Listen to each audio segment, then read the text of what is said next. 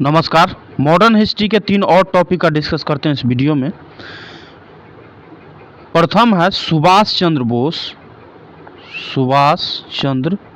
बोस तथा आज़ाद हिंद फौज। Second topic है cabinet mission.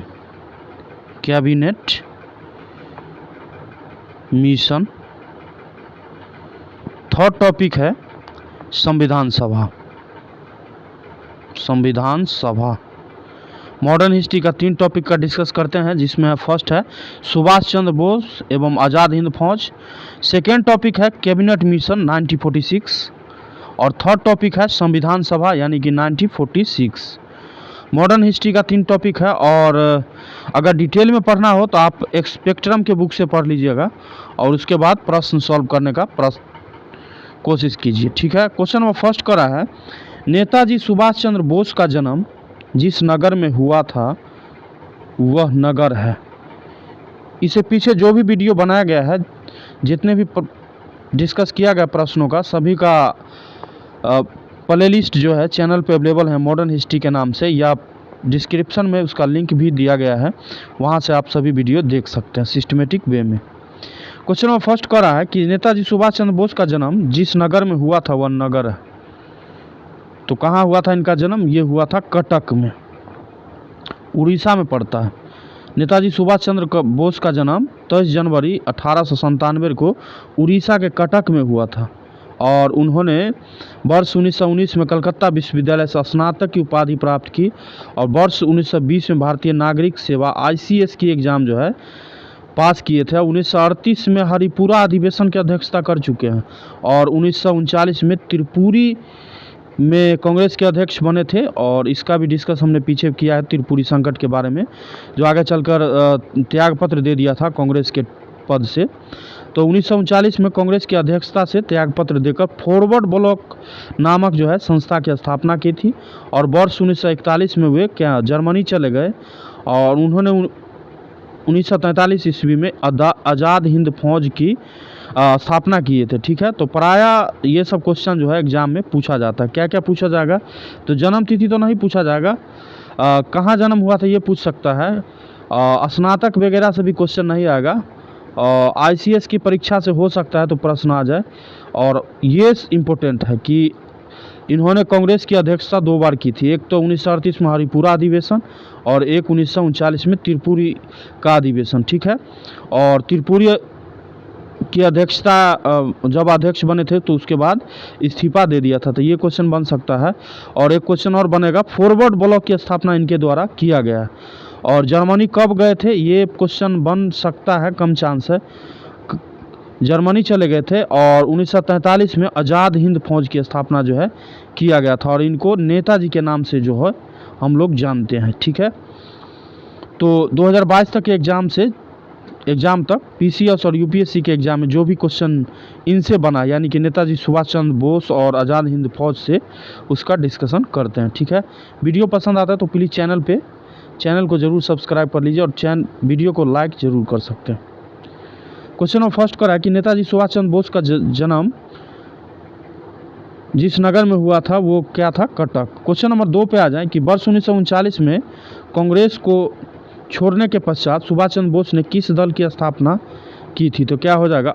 Forward block. Question बन गया।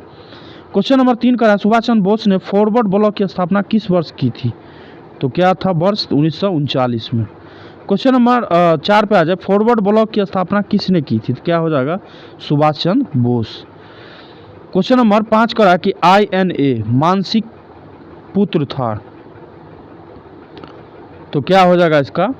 एक तो हो जाएगा ज्ञानी प्रीतम सिंह,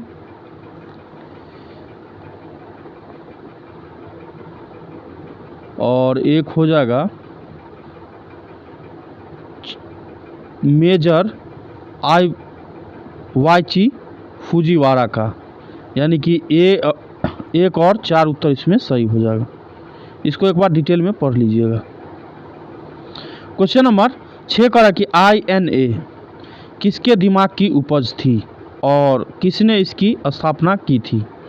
क्या हो जाएगा? तो इसका सही उत्तर हो जाएगा मोहन सिंह। आज़ाद हिंद फौज का विचार किसने सुझाया था? आज़ाद हिंद फौज का विचार किसने सुझाया था? तो इसका क्या हो जाएगा? मोहन सिंह। क्वेश्चन नंबर आगे देखिए, क्वेश्चन नंबर 8 कर रहा है कि भारतीय राष्ट्रीय सेना INA की स्थापना किस वर्ष में हुई थी? भारतीय राष्ट्रीय सेना की स्थापना किस वर्ष में हुआ था? तो क्या हो जाएगा? 1942 में। क्वेश्चन नंबर आगे आ जाइए, आज़ाद हिंद फौज का प्रथम सेनापति कौन था? आज़ाद हिंद फौज का प्रथम सेनापति कौन था? तो क्या हो जाएगा? मोहन सिंह। क्वेश्चन नंबर 10 का आज़ाद हिंद सरकार के निर्माण की घोषणा की गई, कब किया गया? तो ये किया गया था 21 अक्टूबर 1943 ईस्वी को। क्वेश्चन नंबर 11 पर आ जाए कि सुभाष चंद्र बोस ने स्वतंत्र भारत की अंतरिम सरकार की स्थापना की घोषणा की थी। सुभाष चंद्र बोस के द्वारा स्वतंत्र भारत की अंतरिम सरकार की स्थापना की घोषणा कब किया गया था? तो ये 21 अक्टूबर 1943 को किया गया था। क्वेश्चन नंबर 12 का है कि 1943 में आज़ाद हिंद फौज अस्तित्व में आई थी, तो क्या हो जाएगा इसका? तत्कालीन मलय में। डी उत्तर इसका सही है। क्वेश्चन नंबर 13 का है कि किस भारतीय क्रांतिकारी ने सुभाष चंद्र बोस को इंडियन नेशनल आर्मी के गठन में सक्रिय सहयोग दिया था? तो इसका क्या हो जाएगा? रास बिहारी बोस। बी उत्तर सही है। क्वेश्चन नंबर 14 पे आ जाए कि आज़ाद हिंद फौज का प्रधान कार्यालय कहाँ स्थित है? आज़ाद हिंद फौज का प्रधान कार्यालय कहाँ स्थित था? तो क्या हो जाएगा? रंगून में। क्वेश्चन नंबर 15 का है कि निम्नलिखित में से कौन आज़ाद हिंद फौज से जुड़े हुए नहीं थे? तो ये BC दत्त हो जाएगा इसका। क्वेश्चन नंबर 16 का है कि किसने कहा था तुम मुझे खून दो मैं तुझे आज़ादी दूंगा? तो ये कहा गया था सुभाष चंद्र बोस के द्वारा। क्वेश्चन नंबर 17 का है कि अखिल भारतीय फॉरवर्ड ब्लॉक की स्थापना के लिए सुभाष चंद्र बोस से कौन जुड़े और INA आंदोलन के साथ भी जुड़े रहे? तो इसका क्या हो जाएगा? इसका हो जाएगा शीलभद्र याजी। क्वेश्चन नंबर आगे आ जाइए, 18 नंबर, भारतीय स्वतंत्रता संघर्ष के दौरान निम्नलिखित में से किसने द फ्री इंडियन लीजन नामक सेना बनाई? तो क्या हो जाएगा? सुभाष चंद्र बोस। क्वेश्चन नंबर 19 का है इनमें से किसने रानी लक्ष्मीबाई रेजिमेंट की स्थापना की थी? इनमें से कौन थे जो रानी लक्ष्मीबाई रेजिमेंट की स्थापना किया गया था, किनके द्वारा? तो क्या हो जाएगा? सुभाष चंद्र बोस। क्वेश्चन नंबर आगे आ जाइए 20 नंबर प्रश्न पे, निम्नलिखित में से किस एक ने सुभाष चंद्र बोस को देश नायक कहा था?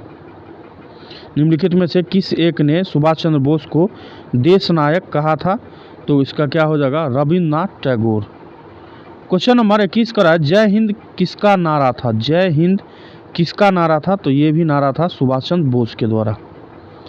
क्वेश्चन नंबर 22 का है आज़ाद हिंद फौज दिवस किस तिथि को मनाया जाता है? आज़ाद हिंद फौज दिवस किस तिथि को मनाया जाता है? तो ये हो जाएगा 12 नवंबर 1945 को मनाया गया था।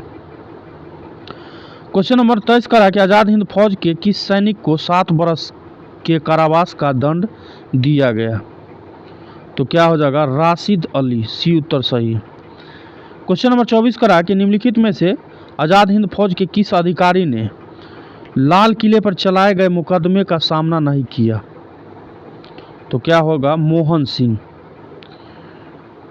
क्वेश्चन नंबर आगे आ जाइए, 25 नंबर प्रश्न कर रहा है निम्नलिखित में से किसने 1945 में आज़ाद हिंद फौज की ओर से लाल किले के मुकदमे में पैरवी कर रहे वकीलों की अध्यक्षता की थी? तो इसका सही उत्तर हो जाएगा भूला भाई देसाई। ये क्वेश्चन BPSC में भी पूछा गया। क्वेश्चन नंबर 26 का है आज़ाद हिंद फौज के अधिकारियों ने उनके लाल किले में चल रहे मुकदमे में उनके पक्ष में से निम्नलिखित में से किसने वकालत की थी? तो इसका क्या हो जाएगा? Sir TB Sapru. Question number 27 का है कि वर्ष 1945 में आज़ाद हिंद फौज के लाल किले में दिल्ली के मुकदमे की पैरवी निम्नलिखित में से किसने नहीं की थी? तो इसका क्या हो जाएगा, सरदार वल्लभ भाई पटेल। क्वेश्चन नंबर 28 करा है, निम्नलिखित में से कौन प्रसिद्ध INA मुकदमे के वकील थे। तो एक तो थे आसफ अली और भूला भाई देसाई, दोनों उत्तर इसका सही है, सी और डी उत्तर इसमें सही है। क्वेश्चन नंबर 29 करा है, इनमें से 1945 से 46 में दिल्ली में हुए INA के मुकदमे के पक्ष में पेश हुए वकील थे, कौन थे, तो भूला भाई देसाई। क्वेश्चन नंबर 30 करा है, दिल्ली के लाल किले में प्रसिद्ध आज़ाद हिंद फौज पर अभियोग चलाया गया कब। तो ये चला गया था वर्ष 1945 में। क्वेश्चन नंबर 31 करा है, INA के अधिकारियों पर मुकदमा चलाया गया था, तो इसका क्या हो जाएगा, लाल किला यानी दिल्ली में, ये ऑप्शन सही है। क्वेश्चन नंबर 32 करा है, औपनिवेशिक भारत के संदर्भ में शाहनवाज खान, प्रेम कुमार सहगल और गुरबख्श सिंह ढिल्लो याद किए जाते हैं। तो आज़ाद हिंद फौज इंडियन नेशनल आर्मी के अधिकारियों के रूप में, डी उत्तर सही है। यूपीएससी का रिसेंट क्वेश्चन देख रहे हैं ना, 2021 में पूछा गया। क्वेश्चन नंबर 33 करा है, वर्ष 1945 की प्रमुख घटनाएं निम्नलिखित थी, और सही उत्तर का चयन करना है। देखिए बेबेल योजना के बारे में अगर पूछ ले तो ये हो जाएगा 14 जून 1945। शिमला सम्मेलन का अगर पूछ ले तो ये हो जाएगा 25 जून से 14 जुलाई 1945 तक। नौसेना विद्रोह का अगर पूछा जाए तो 18 से 23 फरवरी हो जाएगा, 18 से 23 फरवरी 1946।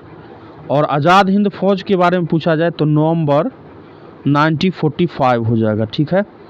तो उत्तर क्या बन जाएगा, तो इसका उत्तर होगा 1, 2, 3 और 1, 2 और 4, सी उत्तर इसमें सही है।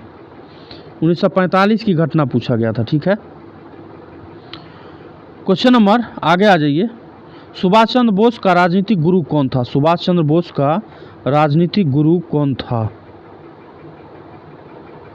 तो इसका सही उत्तर होगा CR Das, it means Chittaranjan Das. Question number 35 करा, इलाहाबाद में संपन्न कांग्रेस कार्यकारिणी समिति की बैठक में निम्नलिखित सदस्यों में से एक सदस्य भारत के नाजीवाद, फांसीवाद और साम्राज्यवाद विरोधी निश्चित रुख के कारण जापान के विरुद्ध गोरिल्ला युद्ध की अपनी योजना के पक्ष में बहुमत जुटाने में सक्षम हुए थे Jawaharlal Nehru. Option number D इसका सही है।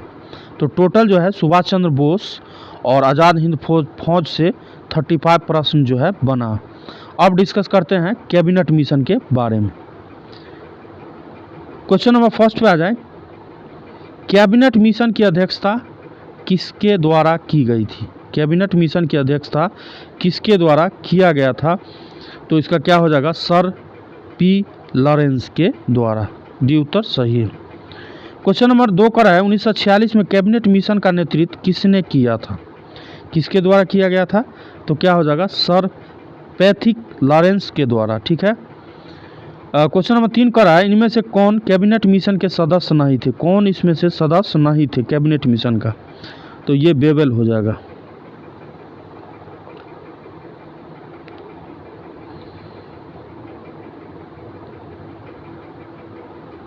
क्वेश्चन नंबर 4 पे आ जाए, निम्नलिखित में से किसने 1946 के कैबिनेट मिशन का नेतृत्व किया था। किनके द्वारा 1946 के कैबिनेट मिशन का नेतृत्व किया गया था, तो क्या हो जाएगा, sir Pethick Lawrence. Question number 5 करा है, द्वितीय विश्व युद्ध के बाद 1946 में कौन भारत आया था, तो क्या हो जाएगा, कैबिनेट मिशन। क्वेश्चन नंबर 6 करा कि निम्नलिखित में से किस एक ने भारत के लिए त्रिस्तरीय शासन व्यवस्था का प्रस्ताव किया था, तो इसका क्या हो जाएगा, कैबिनेट मिशन। क्वेश्चन नंबर 7 करा है कि 1946 का कैबिनेट मिशन 3 कैबिनेट मंत्रियों से गठित था, निम्नलिखित में से कौन इसका सदस्य जो है नहीं था, तो क्या हो जाएगा, लॉर्ड एमरी। क्वेश्चन नंबर 8 करा है कि निम्नलिखित में से कौन एक कैबिनेट मिशन का सदस्य नहीं था, तो क्या हो जाएगा इसका, जॉन साइमन, भी उत्तर हो जाएगा।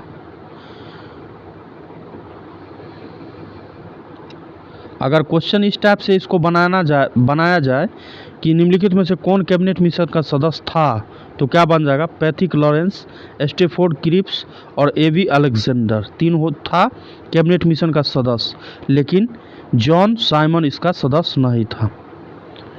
क्वेश्चन नंबर 9 कर रहा है कि इन व्यक्तियों में से कैबिनेट मिशन का सदस्य नहीं था, तो उसको पहचान कीजिए जो था। तो एक तो ये था और ये था, यानी कि ऑप्शन नंबर ए इसका सही उत्तर हो जाएगा। क्वेश्चन नंबर 10 पे आ जाए, इसका प्रस्ताव मई में आया और इनमें अभी भी भारत को विभाजन मुक्त रखने की आकांक्षा थी, जिसका ब्रिटिश प्रांतों से मिलकर बने एक संघीय राज्य का स्वरूप होना था। उपयुक्त उदाहरण जो का संबंध है किससे है, तो ये है कैबिनेट मिशन से। ठीक है, डी उत्तर सही है। क्वेश्चन नंबर 11 करा कि कैबिनेट मिशन योजना के विषय में निम्नलिखित में से कौन सा सही नहीं है, तो इसमें पाकिस्तान की स्वीकृति, ये इसमें सही नहीं है। क्वेश्चन नंबर 12 पे आ जाए, निम्नलिखित में से किसने वायसराय की एग्जीक्यूटिव काउंसिल के पुनर्गठन का सुझाव दिया, जिसमें बोर्ड मेंबर सहित सभी विभाग सभी नेताओं द्वारा धारण किए जाने थे, तो इसका क्या हो जाएगा, कैबिनेट मिशन के द्वारा दिया गया था 1946 में। क्वेश्चन नंबर 13 का है कि कैबिनेट मिशन के संदर्भ में निम्नलिखित में से कौन सा कथन सही है, तो इनमें एक संघीय सरकार के लिए सिफारिश की गई थी, सिर्फ एक स्टेटमेंट इसका सही है। क्वेश्चन नंबर 14 का है कि कैबिनेट मिशन भारत में आया, कब आया, कैबिनेट मिशन भारत में कब आया था, तो आया था 1946 में। इसमें से कोई उत्तर सही नहीं है, ई ऑप्शन सही है। क्वेश्चन नंबर 15 का कि नीचे दो कथन दिए गए, जिसमें से एक को कथन और दूसरे को कारण कहा गया है। कथन एक कह रहा है 1946 में मुस्लिम लीग ने कैबिनेट मिशन प्लान के लिए दी गई अपनी स्वीकृति वापस ले ली थी, और कारण कह रहा है कि 1946 में गठित अंतरिम सरकार में मुस्लिम लीग भी शामिल हुई थी। नीचे दिए गए कूट की सहायता से सही उत्तर का चयन कीजिए, तो ये तो सही हो जाएगा, दोनों स्टेटमेंट इसमें सही है, लेकिन परंतु आर जो है एक का व्याख्या जो है नहीं करता, बी उत्तर सही है। क्वेश्चन नंबर 16 का है कि कांग्रेस के निम्नलिखित नेताओं में से कौन एक कैबिनेट मिशन योजना के पक्ष में पूरी तरह से था, यानी कि कैबिनेट मिशन का सपोर्ट कर रहा था, तो ये थे महात्मा गांधी। क्वेश्चन नंबर 17 पे आ जाए, वह कौन सा कांग्रेस अध्यक्ष था जिसने क्रिप्स मिशन व लॉर्ड बेवेल दोनों से वार्ताएं की थी, तो ये थे अबुल कलाम आज़ाद, जो लगातार 6 वर्षों तक कांग्रेस के अध्यक्ष पद पे रहे थे। क्वेश्चन नंबर 18 का है कि कैबिनेट मिशन के भारत आगमन के समय भारतीय राष्ट्रीय कांग्रेस का अध्यक्ष कौन था, सही क्या उत्तर हो जाएगा, मौलाना अबुल कलाम आज़ाद। तो टोटल जो है कैबिनेट मिशन से 18 प्रश्न का डिस्कशन हमने किया। ठीक है, अब डिस्कस करते हैं संविधान सभा, ये भी 1946 का।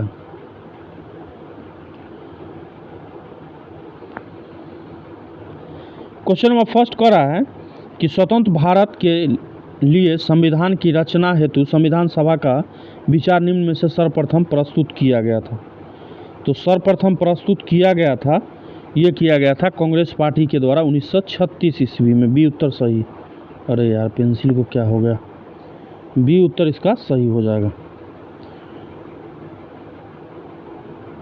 क्वेश्चन नंबर 2 पे आ जाए, संविधान सभा जिसने भारतीय संविधान का निर्माण किया का गठन किया गया था, तो क्या हो जाएगा, कैबिनेट मिशन प्लान के अंतर्गत, डी उत्तर सही है। क्वेश्चन नंबर 3 पे आ जाए, निम्नलिखित में से किस एक ने भारत के लिए संविधान सभा का गठन का विचार दिया था, तो कैबिनेट मिशन योजना के तहत यह विचार जो है दिया गया था। क्वेश्चन नंबर 4 कह रहा है कि कैबिनेट मिशन योजना के अंतर्गत संविधान निर्मात्री परिषद में प्रत्येक प्रांत को आवंटित सदस्य संख्या निर्धारित करने के लिए एक प्रतिनिधि कितनी संख्या के अनुपात में था, तो क्या हो जाएगा इसका सही उत्तर? 10 लाख व्यक्ति। क्वेश्चन नंबर 5 का है, संविधान सभा का पहला सत्र हुआ था। संविधान सभा का पहला सत्र कब आयोजित किया गया था? तो ये हुआ था 9 दिसंबर 1946 को, और अध्यक्षता जो है दिल्ली में आरंभ हुआ था। 2 दिन के बाद 11 दिसंबर को सभा ने डॉक्टर राजेंद्र प्रसाद को अपना अस्थायी अध्यक्ष जो है चुन लिया था। क्वेश्चन नंबर 6 का, इनमें से कौन भारतीय संविधान सभा का अध्यक्ष था? अध्यक्ष था तो क्या हो जाएगा? Doctor Rajendra Prasad. Question number 7 का, भारतीय उपनिवेश के लिए प्रभुसत्ता संपन्न संविधान के प्रथम अध्यक्ष थे। तो क्या हो जाएगा? राजेंद्र प्रसाद। क्वेश्चन नंबर 8 पे आ जाए कि निम्नलिखित कथनों में से कौन सा एक जो है सही है? तो वर्ष 1946 के प्रांतीय सभाओं द्वारा भारत की संविधान सभा चुनी गई थी। एक उत्तर इसमें सही है, ए ऑप्शन।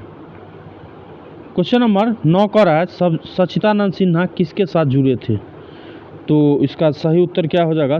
भारत छोड़ो आंदोलन।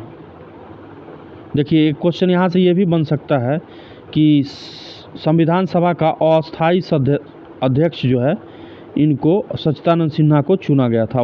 उनके बाद डॉक्टर राजेंद्र प्रसाद को अस्थायी अध्यक्ष जो है बनाया गया था। ठीक है, ये क्वेश्चन बना है एग्जाम में। क्वेश्चन नंबर 10 का रहा है कि निम्न में से किसने ब्रिटिश युग के केंद्रीय लेजिस्लेटिव असेंबली तथा स्वतंत्र भारत की संसद में अध्यक्ष का पद संभाला था? तो क्या हो जाएगा? जीवी मावलंकर।